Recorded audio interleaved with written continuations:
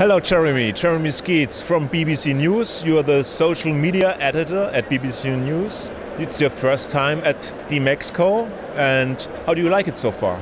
I'm really enjoying it. It's quite overwhelming. You might be able to hear that there's a huge amount of people here, but I'm really enjoying it. It's a great buzz, and I'm pleased to be here. If you had to explain to a 6-year-old what you're doing at BBC News, what would you say? A 6-year-old. So what do we do? I run the social media accounts, which is Facebook, YouTube, TikTok, Instagram, and Twitter for BBC News. The big global brands and the big global accounts and some smaller ones. And effectively, we put BBC News on social media for a 6-year-old. Yeah, that makes perfectly sense. How important is social media for BBC News? I think it's hugely important. I think it does two things. It's a window to BBC News. It makes people aware of BBC News. We get some brand attribution, and we try and drive as much traffic and build up loyalty for BBC News Online and BBC News Channel. But I think it's important that we're in that market. It's where the audience is. It's where the younger audience particularly are. And it's just, I think there's a battle between us and other competitors to get into people's feeds and to be seen. Who do you consider a competitor? Well, globally, we consider the big, our competitors are the big media brands, be they CNN, Guardian, The Mail.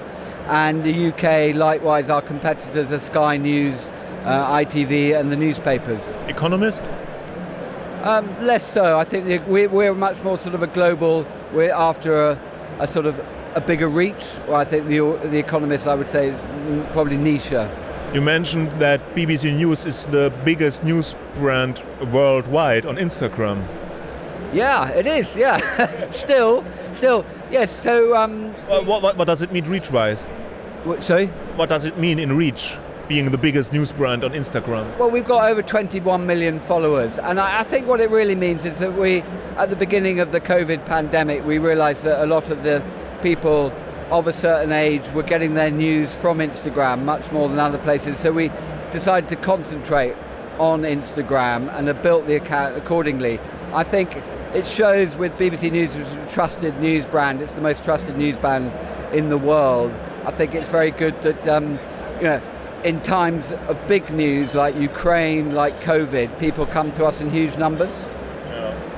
You mentioned before that you have some new insights on GenZ on social media and on the BBC News platforms. What is it? So I think GenZ is one of the key markets that we're all after, or everybody's after. And so the BBC World News did some research into that. And what they found was, some people might find counterintuitive, but GenZ are very emotional. And one of the emotions that they value more than anything else in a news brand is authenticity. And I think it gives us and other maybe legacy brands some hope because, we are, as I said, the most trusted news brand in the world. People see us for being, maybe a bit solid, but we truth check, we fact check, we do proper journalism. And I think that shines through on social media as well as other platforms. And I think GenZ potentially see our authenticity. Not long ago you launched on TikTok with BBC News, and yesterday I checked what you do on TikTok, and it was full of the Queen funeral, the ceremony. Is that content for GenZ as well? Yeah, I think the Queen's content for everybody. It was a massive worldwide event, and it was happening in England. We are the premier broadcaster in England, and I think people came to the BBC to see what we did. And I think whether it was on TV, radio, or online, we did an amazing job. It looked spectacular. So I think that was one of the biggest global events of the year. So of course we cover it. And I think on the day of the announcement of the death of Her Majesty the Queen, the predominant people coming to our website were young people. So I think there's interest in that. Is there a difference between Instagram and TikTok in producing content? I think the content, the journalism is the same. The stories, be it cost of living, be it Ukraine. I think with all these things, what we've got to do is learn how to storytell for that platform and for people who are native to that platform. And so one of the things I've stressed with TikTok or Instagram is like, you can tell I'm quite an old man. It's like, the content isn't for me, and so I've employed a very young, fantastically talented team, and they understand storytelling on those platforms. And I think it's the storytelling, but being true to your brand. I think if you try and sort of, as it were, TikTokize your brand, you're in trouble. But if we can do BBC News on TikTok and be true to the brand, I think the authenticity will show through and people will come. And it's shown the account has only been going for 6 months and it's growing exponentially. Should every media company be on TikTok?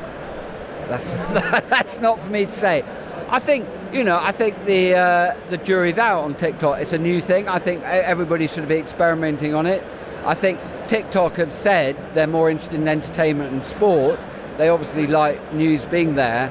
My personal opinion is I think as the TikTok generation mature, they'll become more interested in news and current affairs, slightly like Instagram 4 or 5 years ago, and it will mature as a platform, maybe not in storytelling techniques, but the things that people are interested in, and be a major source of news for that generation. TikTok is also seen quite controversial because it is owned by a Chinese company. Don't you fear that the CCP will censor any content on TikTok or will have a reach over the platform, and that could be dangerous?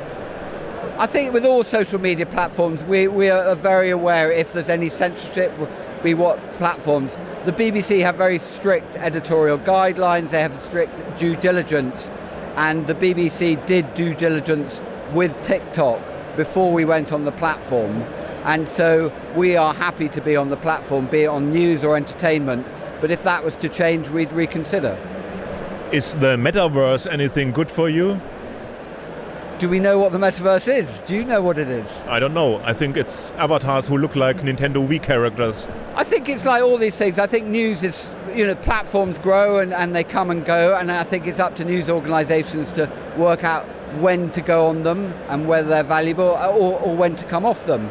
And I think the metaverse is in its infancy, and I would argue that especially for a publicly funded thing, it's probably too early to go on to metaverse. Last question. Which buzzword don't you want to hear anymore? Which buzzword? Oh, buzzword. I probably don't want to hear... That's a good one. Let me just think. Buzzword, probably TikTok. TikTok, but that's your thing. I know, but we're all on it, and it's like, we're trying and everything. I think there's a sort of thing, is like everybody thinks they know what works on TikTok, and actually it takes a lot of work, takes a lot of experimentation, and it's just like, just because it's a new platform in town doesn't mean it's the most powerful, it's got the biggest reach. I think they're all important. Thank you very much.